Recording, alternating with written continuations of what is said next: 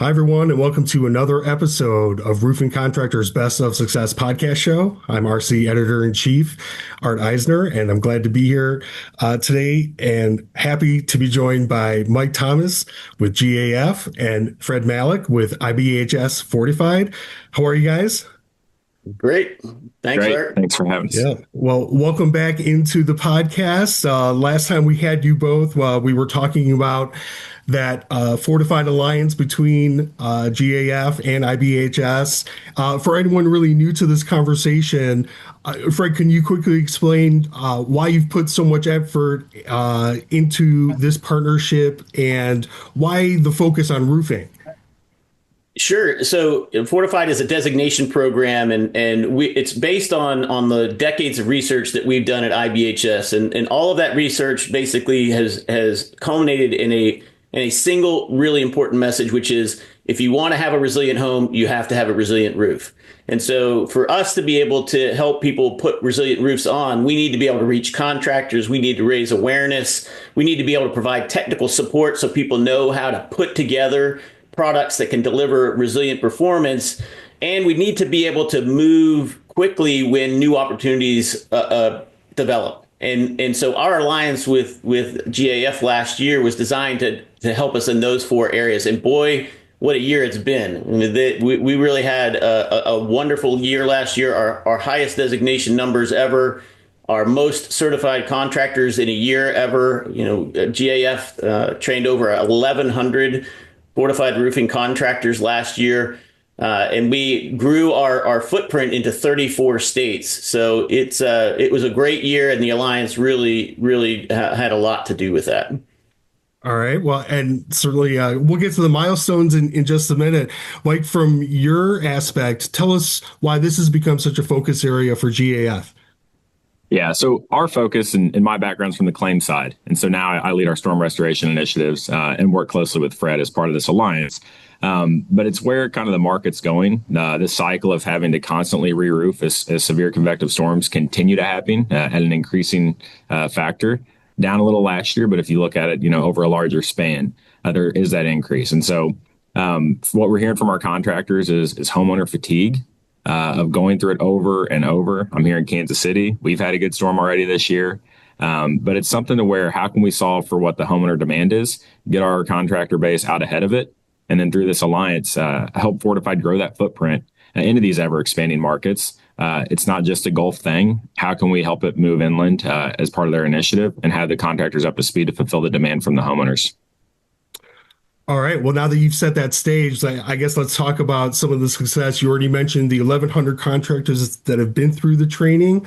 Put that into perspective. Was that a goal, or was that something that exceeded expectations? Well, from my perspective, IBHS is, as a research organization in a nonprofit that's funded by property insurers, we have to be really careful and intentional when we take on an alliance like this. And so, metrics and milestones or goals are really important. And Mike and I worked really hard to try to figure out, what would be a good stretch goal to get. And that 1,000 contractors was really that sort of tent pole out there that said, hey, that would be a really big accomplishment. And so from my perspective, GAF sprinted past that and getting to 1,100. And I think the other thing that is really understated is that while GAF devoted a lot of time and resources to training their 1,100 contractor, it raised visibility and awareness across the industry, and we saw a doubling of our overall network. So what for us, it exceeded our expectations in that first year. I see. So there was a carryover effect For with sure. that through the partnership. Okay. What's from your perspective, obviously that's a great response and great numbers. You also mentioned moving across 34 states. Can you talk a little bit about being able to spread your wings that way, and how's that momentum going? Yeah. So when we started out talking with GAF and really kicking off the alliance, we saw out ahead of us that there are a number of states that are following Alabama, Louisiana, and North Carolina in creating grant programs that help to provide resources for homeowners who are looking to replace their roof. And so we saw that demand coming, especially moving inland. So in places like Oklahoma, Minnesota, now Kentucky, Maine, these are places that have kicked off their grant programs. There's 6 or 7 others that are in the pipeline of developing their programs. And so what was really another sort of watershed moment for us last year as we grew was that we were fortified for a lot of reasons has been concentrated along the coast, but now we are pushing up into places like the Great Plains in the Midwest. And it's really kind of no secret why. I mean, every year, 70% of insured losses from severe convective storms, which are the storms that produce tornadoes and lots of hail inland, are a result of hail, and they happen inland. And so we need to get our footprint. We need to give more opportunities for homeowners to break that cycle that Mike was referring to. Tell me a little bit about what the training is like. Where is it being, conducted, and what's been the response? Yeah. And so it's, as you asked your question there about, kind of what was the goal, did we exceed it? I'd say the pace was really what we exceeded in my mind, because we hit a lot of different locations as far away as Washington State. We've got training in New Mexico today. But it all started with us understanding what the fortified roof looked like from tying it together with our components and our training ability through care. We attacked it with a group of specialized trainers that spent time with Fred's team, hit across the country last year at a pace that I'd say it did exceed expectations, but the response has been overwhelmingly positive.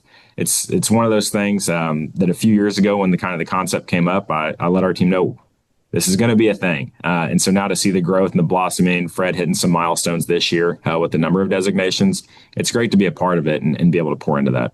Fred, have you seen an impact from this movement on the insurance industry? And how is that? What do contractors need to know about how that's changing? The insurance industry is really, taking a comprehensive approach to looking at that and saying, okay, if we are seeing homeowners that are taking opportunities to lower their risk, and contractors are embracing a better way, a better performing way to install products and to achieve a full comprehensive system, not just focusing, say, on just the roof cover. Then the insurance companies say, okay, those are better risks. We're interested in figuring out how we can attract more of those risks or do more with that. So I think we're really seeing companies start to lean into that. The other thing that is helping with that is that we need to have enough houses that they're likely to encounter it where they're writing, right? So, we're about to eclipse 100,000 fortified homes in the United States. We'll probably cross that milestone in May, and so having reached that kind of number, now the carriers are saying, okay, hey, there's enough of these out there. We should be on the lookout for them, and so we really are seeing a combination of homeowner demand, which is absolutely the thing that's going to drive adoption, contractor awareness and capability, their competency to know what Fortified is so that when they get a phone call, they can say, yes, I have a solution for you. And then on the other side of that, insurance company saying, okay, you made some really good choices to reduce your risk. You worked with a good quality contractor that participated in a documentation and verification program. So now we can reward that with greater availability and potentially greater affordability. That's really, a win-win all the way down that chain.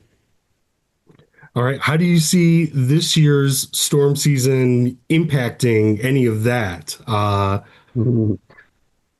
Well, the good news is the wind doesn't stop blowing, the rain doesn't stop falling, and Mike has already talked about hail. Hail has already done a number. We had a team member who lives not too far from Mike there in Kansas City that had a hail damaged roof, and one of the interesting changes there was that just last year if she had gone through our directory and picked up the phone to try to call people, she might not have found too many roofers. But out there, she, due to Mike's efforts and with his care team, she had a handful of options there, and that was really nice to see. But I do think that the important thing right now is for roofers to understand that we had a relatively light season last year, right? We didn't have a major landfalling hurricane, which didn't drive a lot of roof replacements. But hail season was still brutal last year. We still had a lot of severe convective storms, and this year, with El Nino being the dominant weather pattern that looks like it's going to be around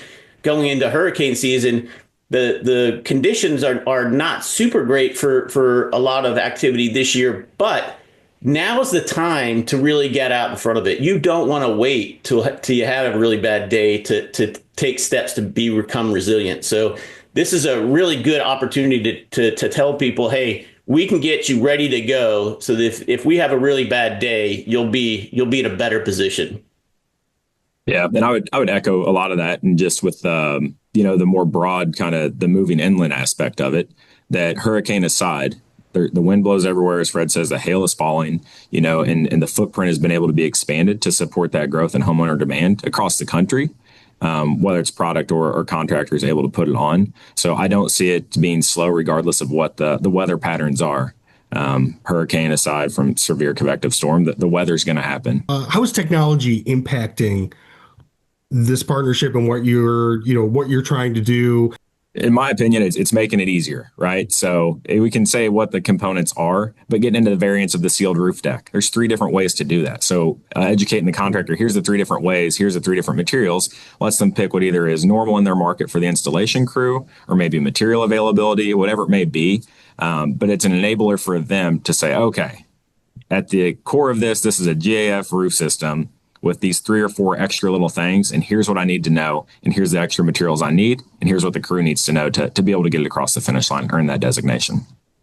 Yeah, and I would echo that. I think, one of the challenges when you have a program like ours and people that are trained but newer to trying to figure out how to position it for their client in their market, what GAF has done with Quick Measure and the takeoffs is be able to help the contractor put together a really professional looking proposal for homeowners that helps to explain, what am I doing different than I would if I was doing a standard roof for you. There's lots of capability in a standard roof, but if you are intentionally choosing to do a few things a very particular way, you want to be able to show, hey, this is where it's different, and this is how we're going to be able to deliver a better performing roof. And so using a tool like Quick Measure to really quickly be able to make that available to a broad sales force, that's really kind of a game changer as far as I'm concerned. And then we're also seeing contractors,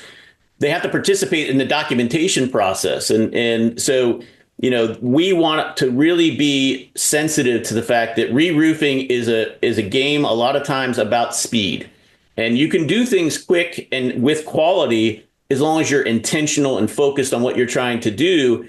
And we don't want to slow that down by making the verification process too cumbersome. So what that means is that when the evaluator that they have to work with as part of the process can't be on the job site, well, then the contractor can take the necessary images and stuff. And so we're seeing, an increase in working with other kinds of tools like applications that allow people to take pictures and collaborate and share them more seamlessly across a number of different stakeholders.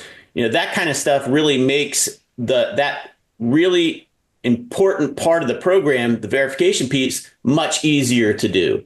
What does success look like going forward? I'll answer from my side. So Fred and I didn't run through a checkered tape. This isn't bookended by any means. And so our alliance continues on. And so we did the bulk of the training last year to really build that footprint. And now it's continuing to build into new markets, or where the contractors last year that weren't quite sure on are like, all right, now I'm getting left behind, help me get through it. So it's continuing on that path. But it's also, just like we're able to talk right now, not all be in the same room.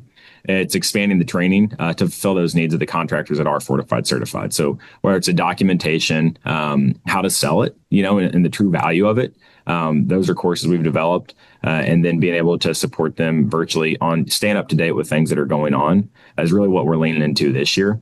The value side of it, really just how it ties into the GAF, family of warranty systems. We have an addendum a fortified roof addendum, that's unique to, our offerings is if you have a warranty on one of our fortified designated roof, we give you additional coverage, without adding an additional charge. We really want to enable the contractor and the homeowner both, to have access to it in a way that doesn't add an increase of financial burden on top of just, again, those differences between our system, and the fortified roof system. Yeah, and for me, like Mike said, I really look at this as we're passing milestones. We're not getting to finish lines. We're going to be old and gray before anybody can say we hit a finish line. But we'll do close to 25,000 new roofs this year, and GAF their past history has to be on right around 30% of those, and I think we'll probably see a little bit more market share captured because of the amount of training that they've done and the number of GAF contractors that we have in our network. We made a big change in November of last year where it is now a requirement for any roof on any home to be eligible for Fortified. It has to be installed by a certified fortified roofing contractor. But prior to that, anybody could participate. Well, now it's down to you got to be certified. And so there's lots of roofers that we still have the opportunity to reach. And we have lots of homes that we need to be able to provide the option to go fortified. So we have nothing but runway ahead of us that in a growing market demand signal that is saying, hey, if you can provide this, we want to buy it. And so, I think that bodes well for the next several years, that resilience is going to be a thing that people have to pay attention to. All right, guys. Well, thank you for the great information and insight. Where can contractors find out more about what you're doing? I'll let you go first, Mike, and I'll all righty. Bring up All righty. We appreciate the time. It's great to see you again. And so for everything related to GAF and Fortified, it's gaf.com/fortified, from the tools, the training, more information about our alliance, and then links out to all of our installation videos, both English and Spanish, to help get the knowledge from the Fortified standard all the way up to the roof deck. Yeah. And for us, Art, again, thank you for checking in with us. We really enjoy connecting with you at IRE and in this format. For anybody who's interested in learning more about Fortified, go to fortifiedhome.org. If you're a contractor, look for the Become a Provider page. There's steps on how to become a certified fortified roofing contractor. And if you need technical information, we've got great free technical resources. We don't charge for our standards or any of the supporting materials. It's all about how can we enable contractors to provide really good solutions to their clients. So fortifiedhome.org. All right. And before you guys head there, please be sure to head back to the roofingcontractor.com homepage, sign up for our free e-newsletters and e-magazine, and stay on top of all the latest news and information impacting the industry. Thanks again, guys. I appreciate all of you joining us. Stay safe out there. We'll see you next time.